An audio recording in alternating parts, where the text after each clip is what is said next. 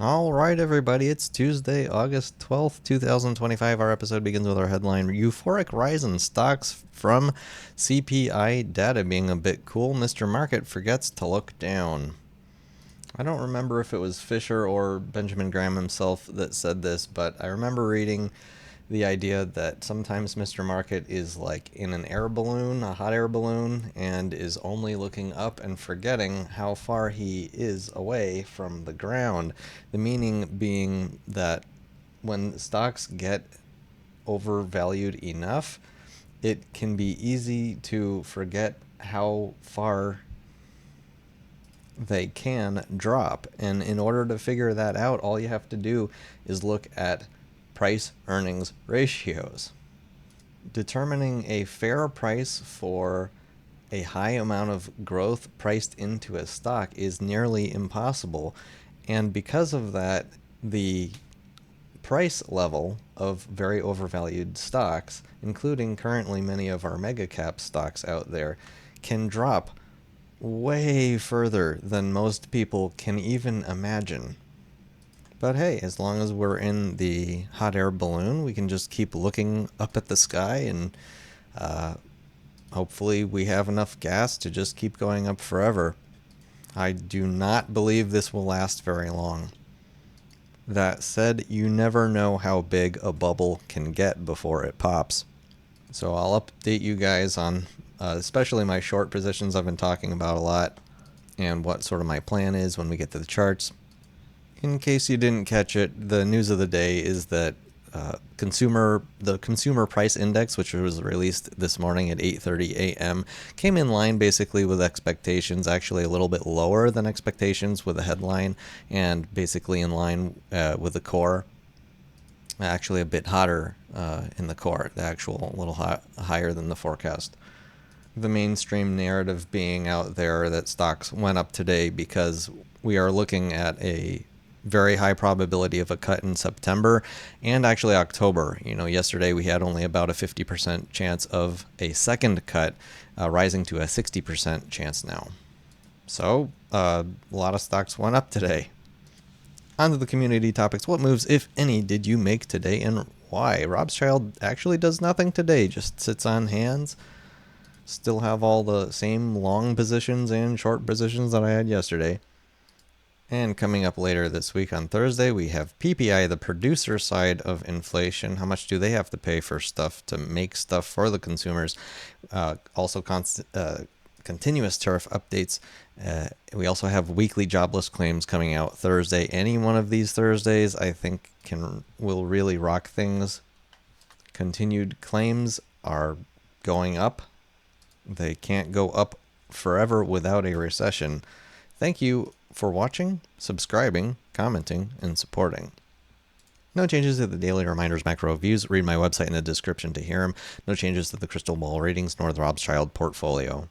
On to the charts. The S&P 500 SPX is closed at an all-time high today with a pretty solid green candle. Same thing going on in the Qs. I incorrectly stated previously on a show that I want to see if I saw a close above these candles that I would get out of my short. What I actually need is a close above the breaking candle. So if we get another close above this candle, the breakout candle, then it's going to be off the races and I'm going to have to get out of my short on the Qs. As it stands, I still think it should reverse lower. However, today's bullish move really caught me off guard. I was not expecting the Qs to rise 1.26% today. It's worth adding to the conversation that RSP, an ETF that tracks the equal weight ETF of the S&P 500, so when each stock is represented by the same amount of weight in this index, it's not finding new highs. Far from it, since that very bearish week we had starting July 28th. We're not at all-time highs in that. Something else that caught my eye today that I honestly was not on my radar, that came onto my radar today when I was looking through the advanced decline lines. I don't always look at the NASDAQ composite. Apparently I never do, because halfway through 2021, if you put this on a monthly chart. We had the 2022 dip and then rise, right, all the way up until up to all-time highs. The advanced decline line in that entire period has been absolutely collapsing. I find that pretty fascinating. It just adds to the amount of severity of how much capital is being pumped into such few companies. I'm hearing other people talk about how we've never seen this kind of action since the dot-com bubble. This is like very, very reminiscent of dot-com bubble sentiment here. Bubbles are dangerous, by the way. They feel safe, and they're not. They're dangerous. I'll say it again, Mr. Market is in a hot air balloon right now and forgetting to look down. If I had any cash left, I would still be buying volatility here, especially since it dropped to 1474 today. I don't believe this will last. Not even a day, but we'll see.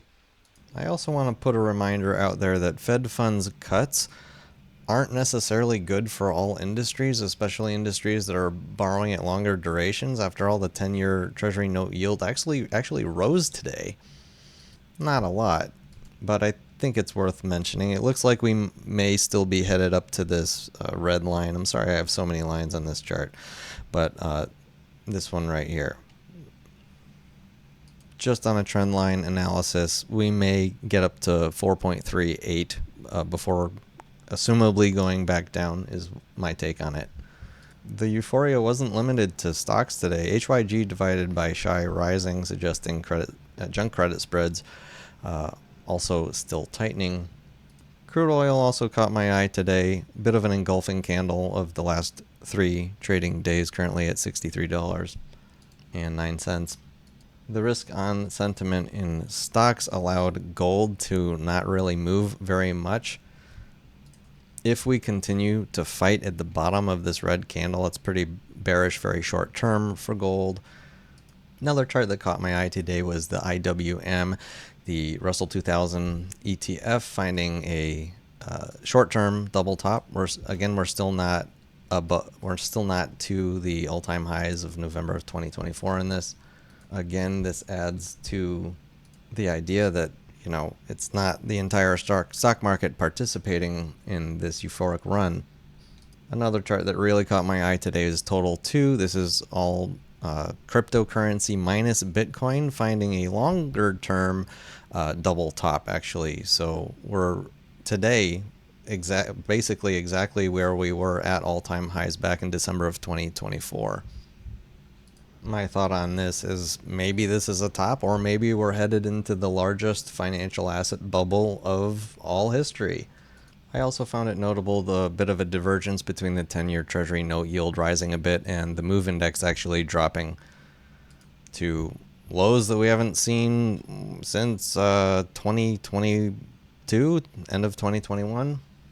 And last chart of the day, DXY, the dollar index dropping a little bit. The dollar seems a little confused here. It doesn't know what to do.